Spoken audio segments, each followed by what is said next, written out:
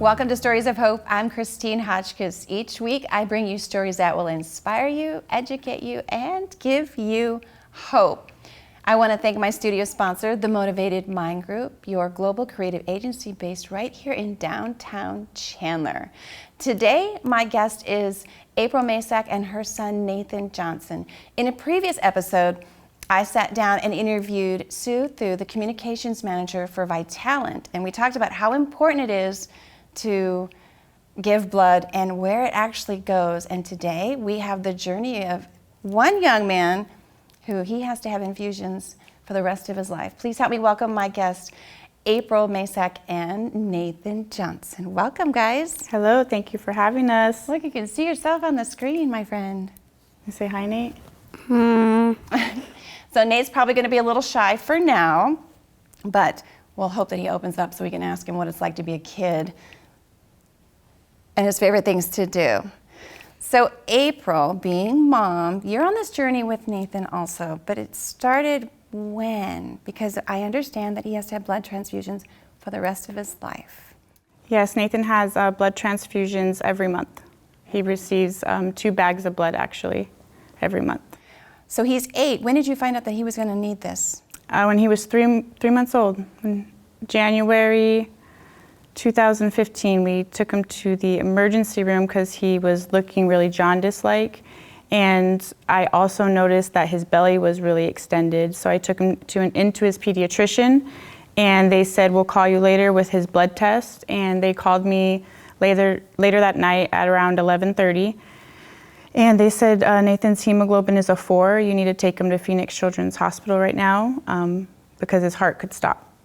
And I literally, his dad and I walked into the hospital and I said, his hemoglobin's a 4, and they took us right back. And what is it supposed to be? it should be anywhere between like 15 to like 17.5. Oh, wow. Is a normal hemoglobin. Okay. So if like, especially if you're older, if your hemoglobin drops down to a 4 or 3, likely you'll become incapacitated because you're not getting oxygen into your vital organs. Okay. So Nathan is the second person in medical literature with his diagnosis.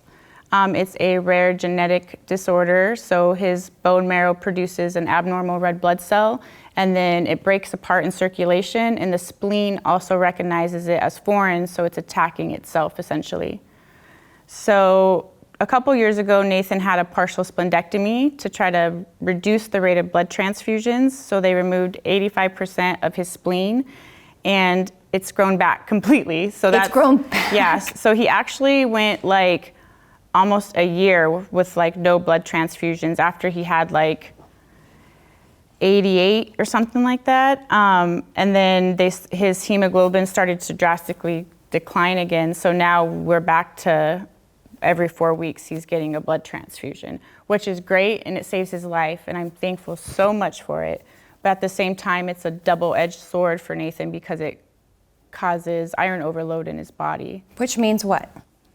Which means it can harden the organs and cause other issues as he gets older. Okay, so him being an active, how old are you again? What's your favorite thing to do?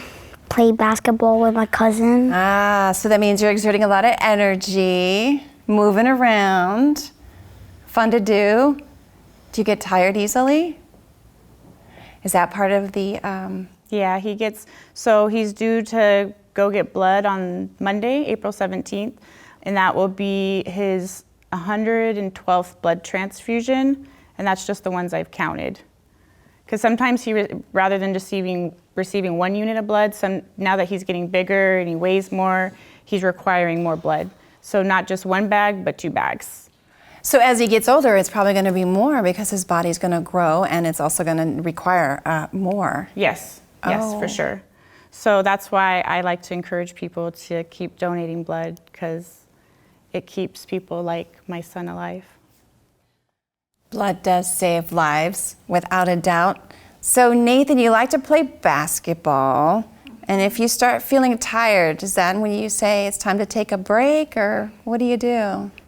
I sit down and drink water. Does that help you hydrate you or give you energy? What's it do? Help me like like give me energy and stuff, kind of.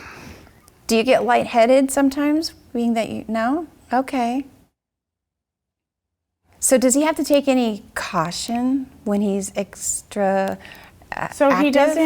he doesn't, right now, annually they'll check him for osteoporosis just because children that are transfusion dependent often develop issues with their bones.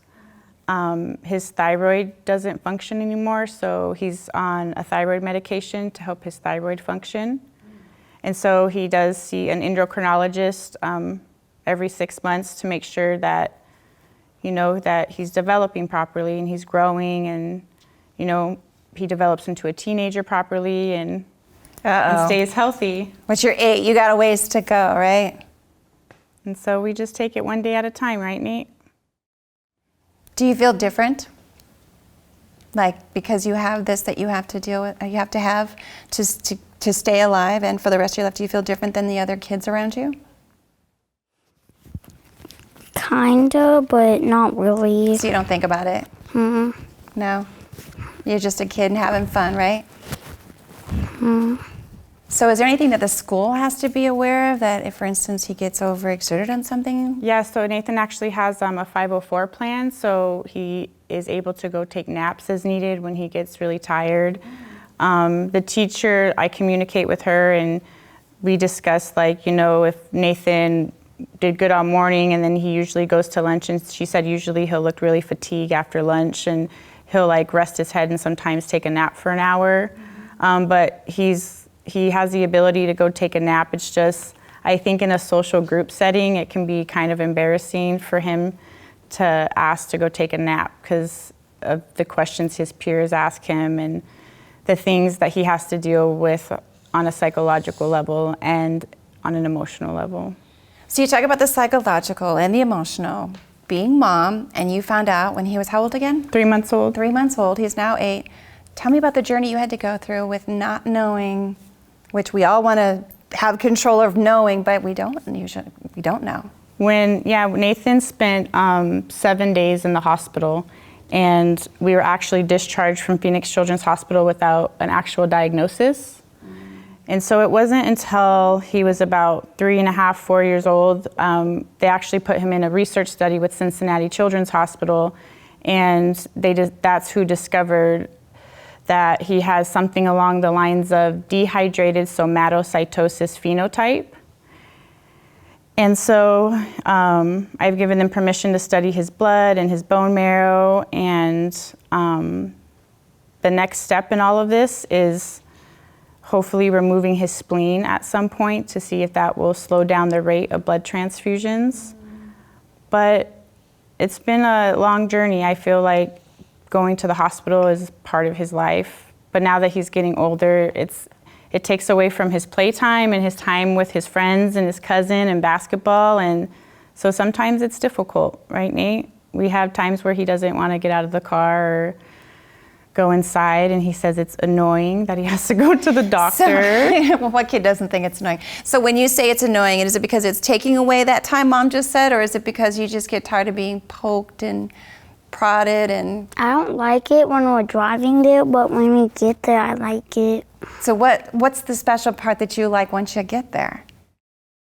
I get to play games on an iPad and go to the cafeteria. Okay. So I don't know if I ask you or if I ask Nathan, what is the actual process when he goes there?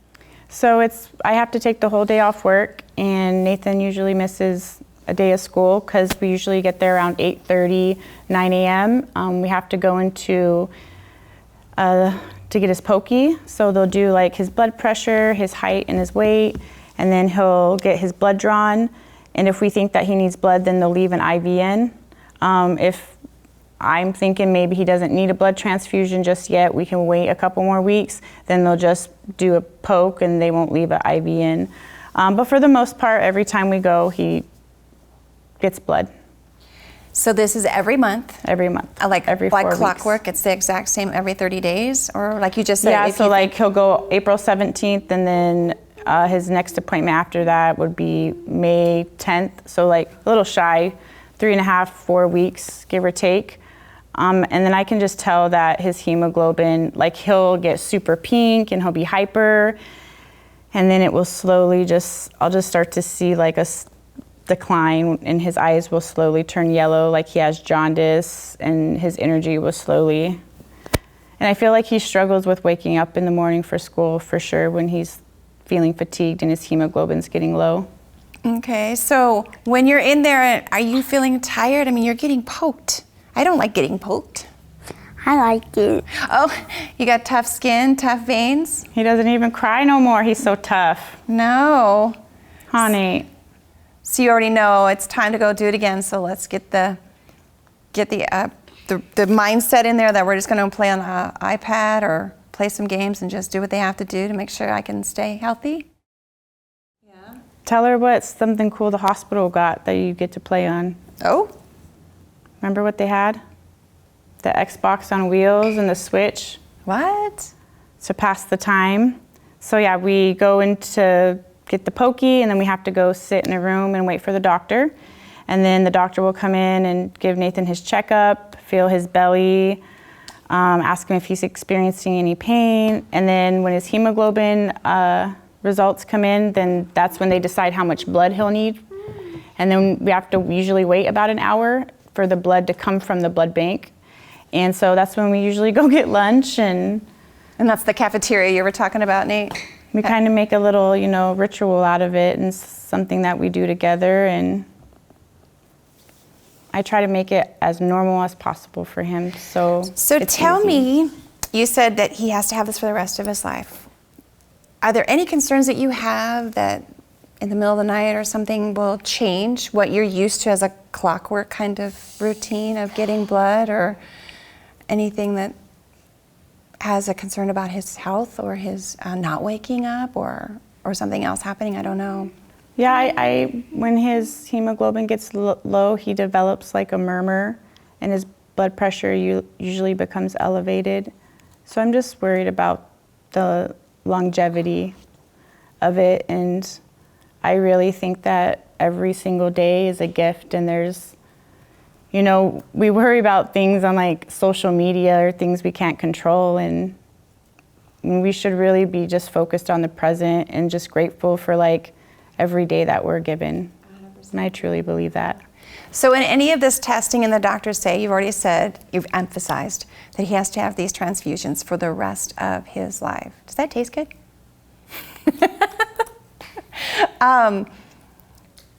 Have they said anything about what happens if he doesn't get these transfusions on a regular basis? You've already talked about the process of going to the hospital, how many times he has to have it, and as he gets older, it's going to increase. Has there been something that said that if he doesn't have these, what will happen?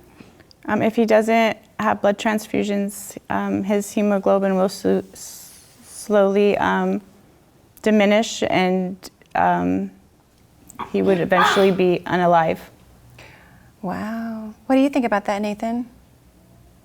Not being able to play basketball, look at yourself on the camera and be goofy. Do you ever think about not being here if you don't get those transfusions? Never. Sometime, remember you were asking me about heaven the other day? No. Oh, wow. No. For 8 years old, you're already asking about heaven, huh?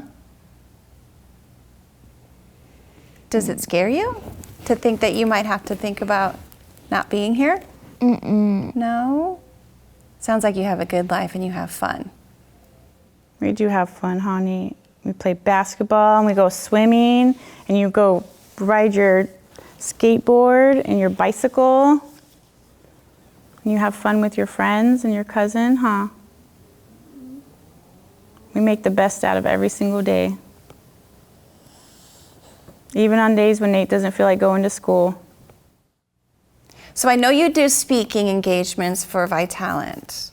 What do you encourage everyone in your speeches? Because I know it's not just about Nathan, because you've had your own story, which it's okay, honey, which we don't need to get into, but you know that there are other people out there that are needing these transfusions and how important it is. What do you express to everyone when you do these speaking engagements?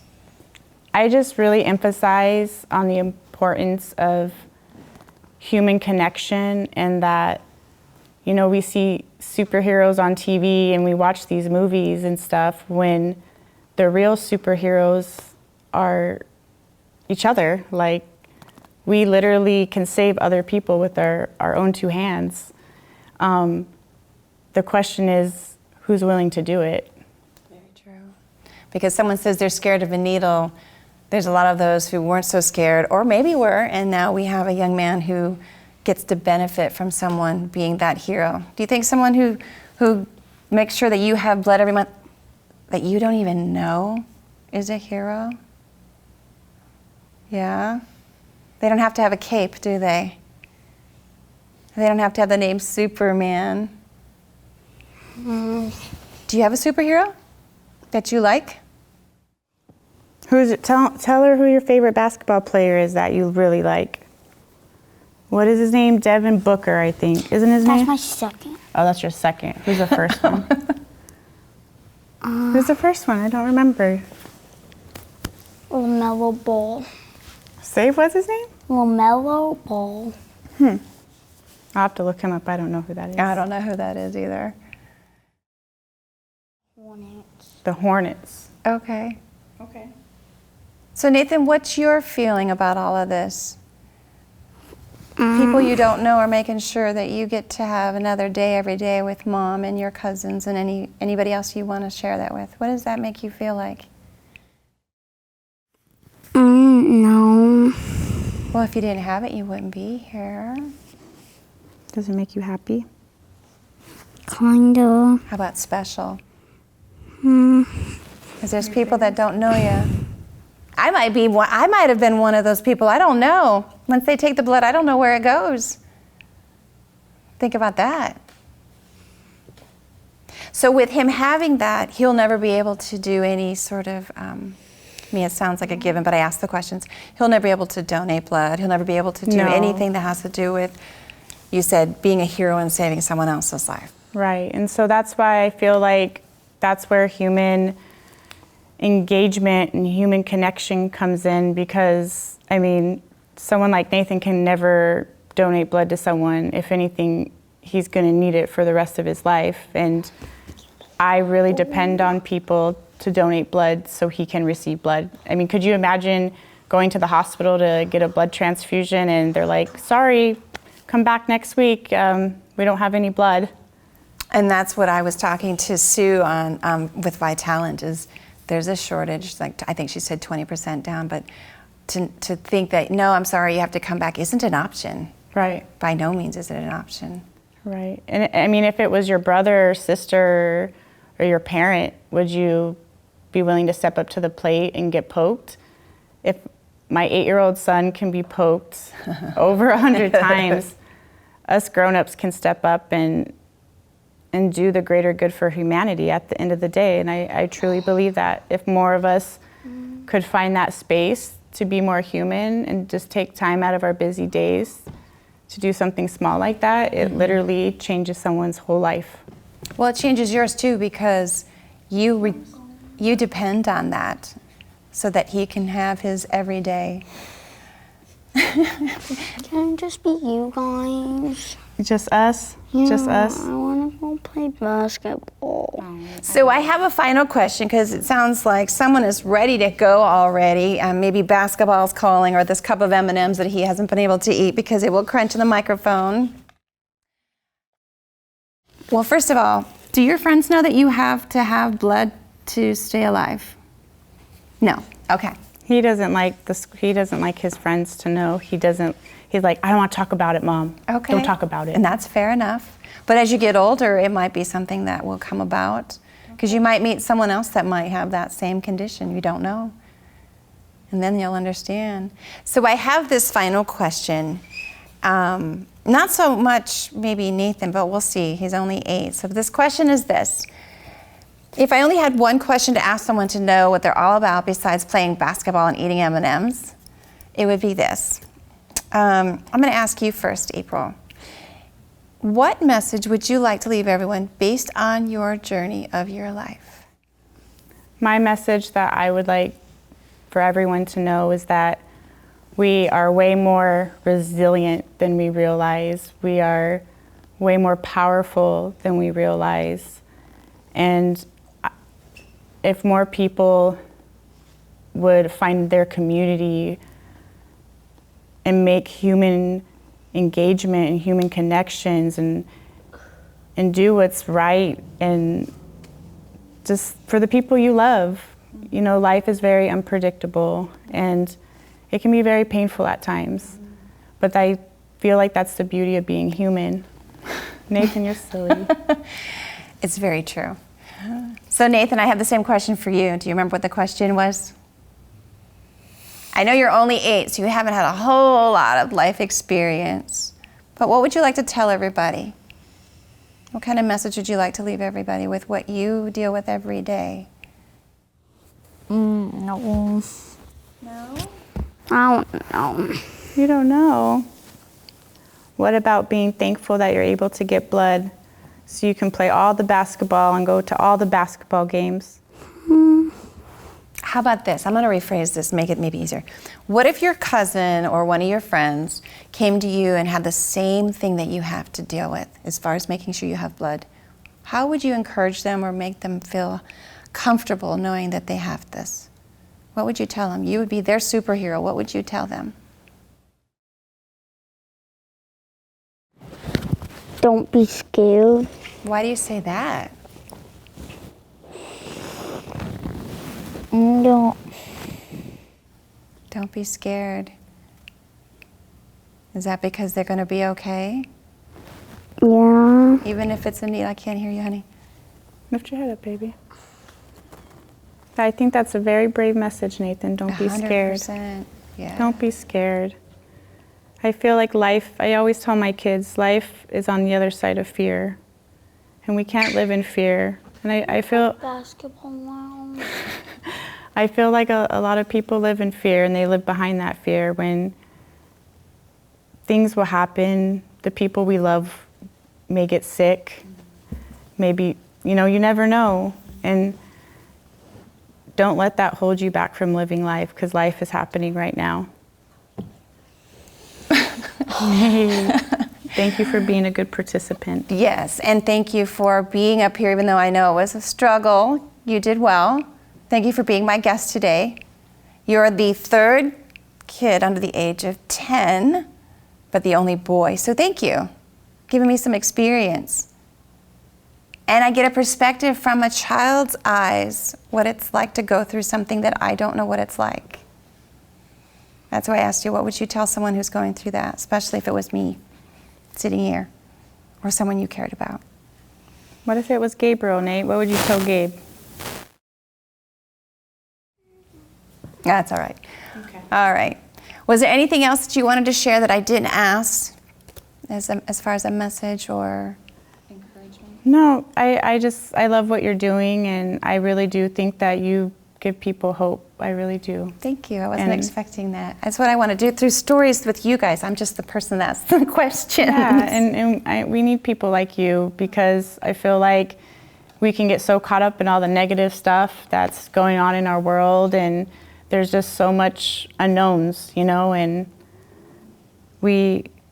that's what humans need more of, is more hope, because there's a greater good in all of this, and I'm grateful every single day for every Vitalent person, every person that's advocating for blood drives, anyone that's talking about the blood drive that's going on next week, or high schools that are hosting blood drives. I mean, you're literally keeping my son here with me so he can keep me busy, huh, Nathan? Well, and this is why I do what I do, because like the news will give you whatever the story is, but no one knows what happens. And you talk about the blood drives. People hear about the blood drives, they go, myself, I do the donation, but then I go 1, 2, 3, 4 steps further to say, what happens after that? Sit down, please.